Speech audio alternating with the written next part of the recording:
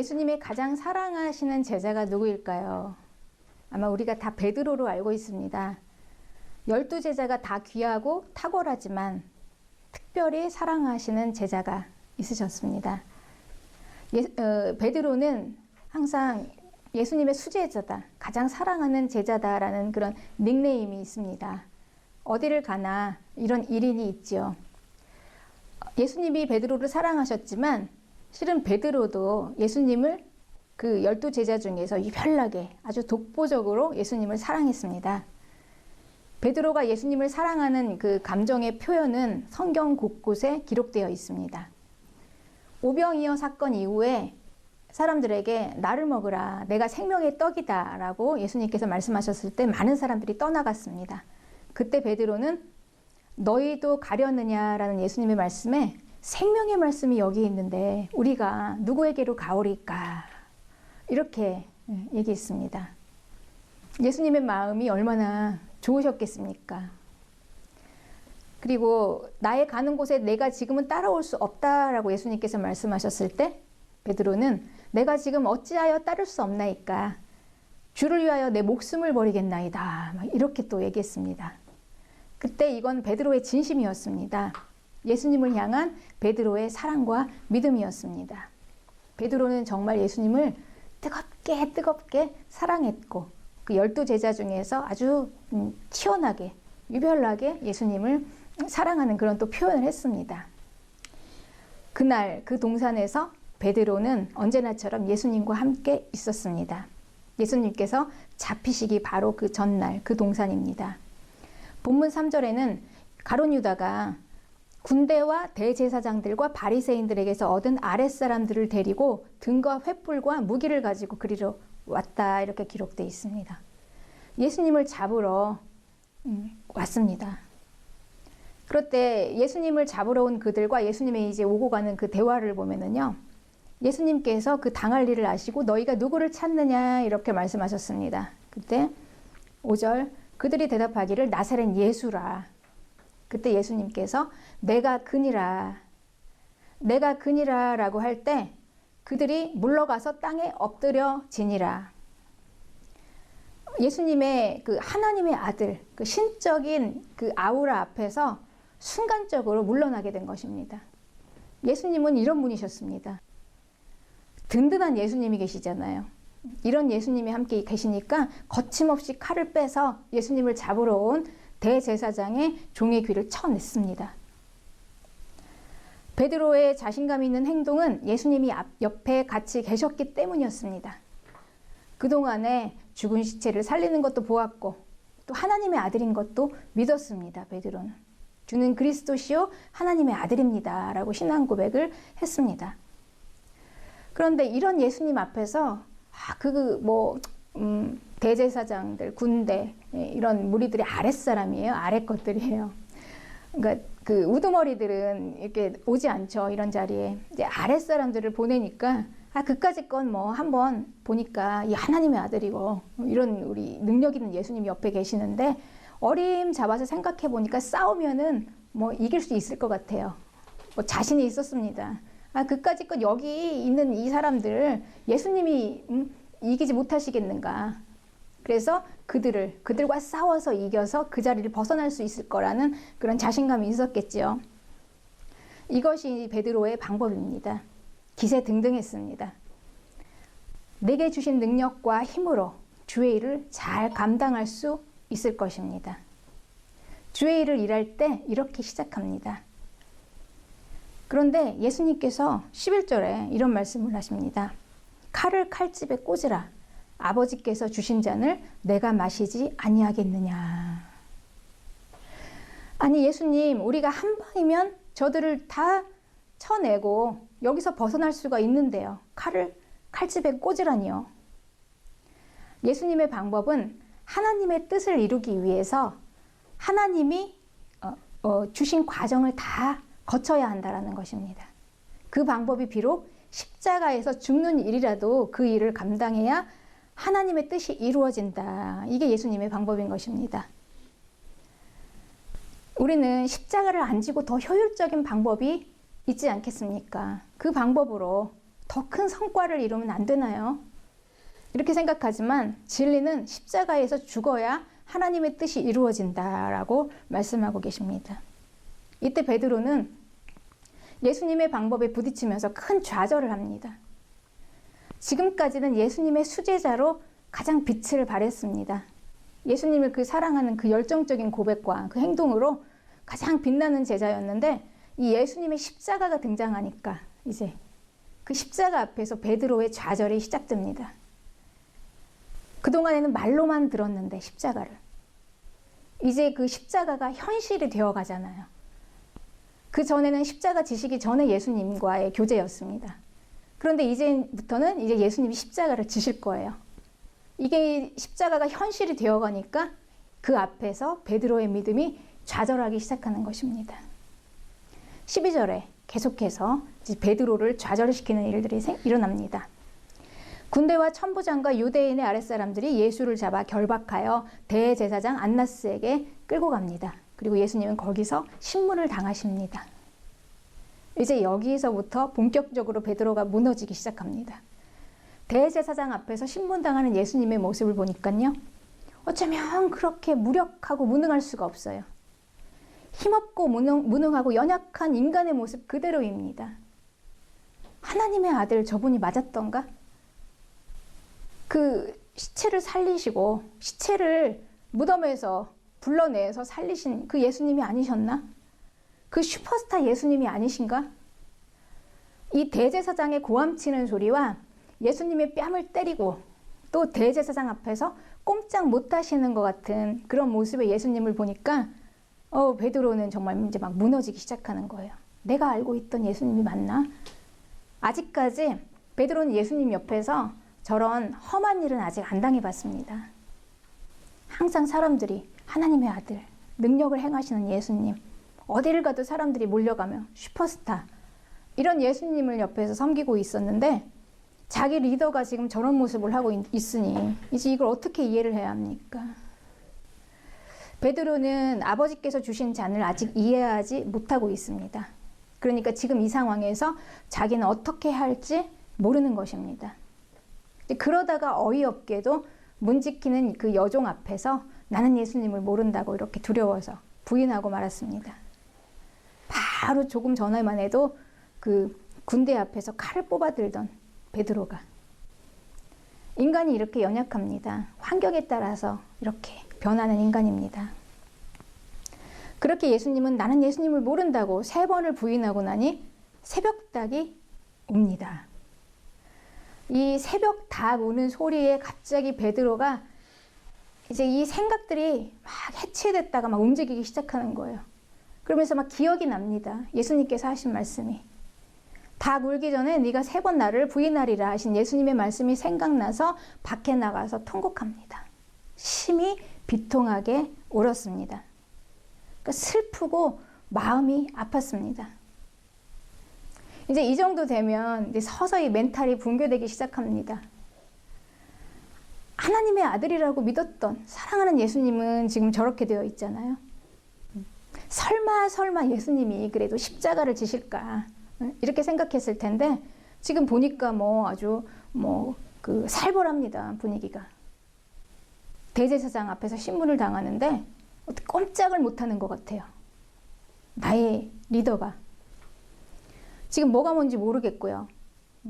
그리고 또 그 신문 중에도 자기는 끝까지 목숨 걸고 같이 있겠다고 약속했는데 그것도 지키지 못했잖아요. 자기의 연약함. 그 계집종 앞에서 두려워하며 예수님을 모른다고 부인했던 그 자기 자신. 그러니까 이 모든 것들이 막 다 한꺼번에 막 몰려오니까 이게 이제 이 정도면 이제 멘탈이 붕괴되겠죠. 아무 정신 없습니다. 아무 정신 없습니다. 이제 베드로는. 근데 베드로는 이런 상황을 예상을 못했습니다. 그리고 십자가 말로는 들었지만 이 십자가가 이런 건지 상상도 못했습니다. 예수님은 12제자에게 이 죽음과 부활에 대해서 이 십자가에 대해서 말씀을 해주셨습니다. 그 맨 마지막에 3번째로 말씀하신 기록이 나와 있어요. 누가복음 18장에. 31절. 보라, 우리가 예루살렘으로 올라가노니 선지자들로 기록된 모든 것이 인자에게 응하리라. 인자가 이방인들에게 넘기워 희롱을 받고 능욕을 받고 침뱉음을 받겠으며 저희는 채찍질하고 죽일 것이니 저는 3일 만에 살아나리라 하시되. 아주 자세하게 디테일하게 십자가에 대해서 지금 설명을 해주셨어요. 사실을, 팩트를.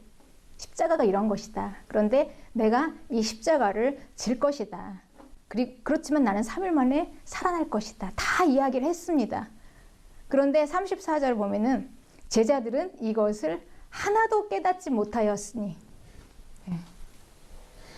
그러니까 예수님은 자세히 다 말씀을 해주셨는데 베드로가 못 알아들은 것이죠. 그리고 예수님은 십자가에 달리십니다. 하나도 깨닫지 못하였으니. 설마 이런 일이 현실에 일어날 수 있을까? 우리 살다 보면 그렇죠. 내가 이런 일을 당할까? 그런 거는 뭐 남이나 당하는 거지. 나한테는 이런 일이 없을 거야. 그런데 그 말로만 듣던, 예수님께 말로만 듣고 깨닫지도 못하고 이해하지도 못했던 이 십자가가 하나씩 현실로 베드로가 이제 예수님을 통해서 이제 보게 되는 거예요. 아, 십자가가 이런 거였어? 아, 십자가야? 우리 여러분, 이 베드로의 마음이 조금씩 이해가지 않습니까? 이해가? 그쵸? 다들 이해 가신다고 고개를 끄덕거리시네요. 아, 예수님 믿는 게 이런 건지 모르고 시작했는데 깊이 들어와 보니까 이제 조금씩 십자가가 막 내 안에 이렇게 가까이 다가오기 시작하니까요. 아, 이제부터 막 좌절이 일어나요. 우리 십자가 앞에서는 1차적으로 좌절이 생깁니다. 그리고 멘탈이 붕괴가 되는 거예요. 이런 거였어? 예수님 믿는 게 이런 거였어? 아니, 보니까 예수님 믿으면은 그냥 편안하게 이렇게 잘 신앙생활 하면서, 종교적인 생활 하면서 이렇게 할 줄 알았는데 조금씩 뭔가를 알아가면서 보니까 알아가면서 조금씩 들어가다 보니까 아, 이거는 발을 담을 때가 아니구나. 이거는 더 발을 내딛으면 안 되겠구나 하고 멈칫하지 않습니까? 이제 그런 과정 가운데서 이제 계속 이제 좌절이 되는 거예요. 십자가 앞에서. 예, 베드로는 예수님의 십자가, 그 말로만 듣던 십자가를 보니까요, 그 십자가는 그야말로 저주 자체였습니다. 조금의 자비도 없었어요. 아주 가혹하고 비참하다. 그거 이외에는 십자가를 표현할 수 있는 말이 없었어요. 거기에는 무슨 미사여구도 들어갈 수가 없었고요. 어떤 아름다운 말도 이 십자가에는, 거기에는 넣을 수가 없었어요. 이 십자가에 관한 아주 생생한 증언을 한 몇 구절만 살펴보면요, 요한복음 19장 17절에 그들이 예수를 맡음에 이렇게 나와 있습니다. 예수를 맡은 자들이 누구냐면 악인들이에요. 악이에요. 악의 손에다 빌라도가 예수를 넘겨주었어요. 그러니까 예수를 증오하고 미워하는 악의 손에 예수를 넘겨주어서 그들이 예수를 맡았습니다.